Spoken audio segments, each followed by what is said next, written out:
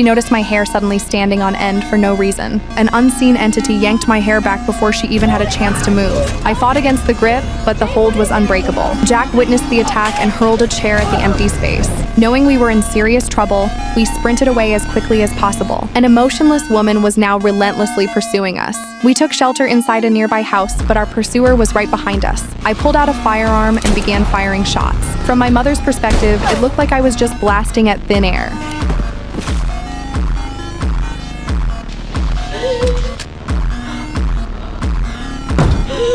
The front door was suddenly shattered open before we could even brace ourselves. I glanced through the broken wood and saw a strange man standing on the porch. Left with zero options, I took off running once more. The moment I got outside, the male figure morphed right back into that same eerie woman. I jumped into a vehicle and sped off to get away from her. My friend stayed behind in total confusion, assuming I had finally escaped the threat. Out of nowhere, the woman materialized directly in the path of my speeding car.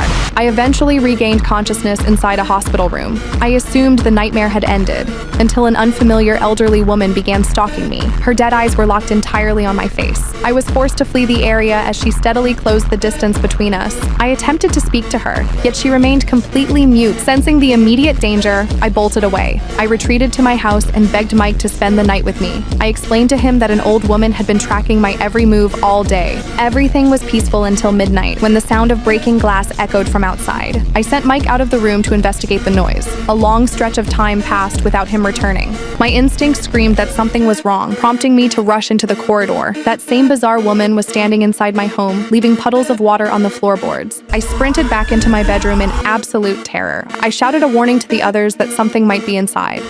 Don't open the door! I had foolishly believed we were secure here.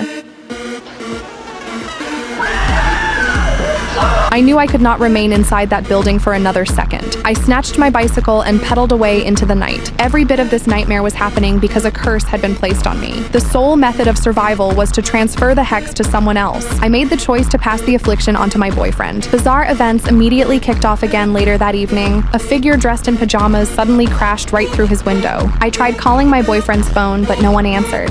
Right, watch out! The invading figure then shapeshifted into the form of his own mother. She violently lunged at him before I had any time to intervene. My boyfriend was killed right before my very eyes a second later. We eventually relocated to a swimming pool. We rigged the perimeter of the water with high-voltage electrical wires. I stood by, waiting for the entity to show up so I could electrocute it. The moment I waded into the water, the creature came after me and started hurling objects. One of my friends tossed a bedsheet over the invisible force, finally exposing its silhouette. I managed to escape the deadly threat in the very next moment.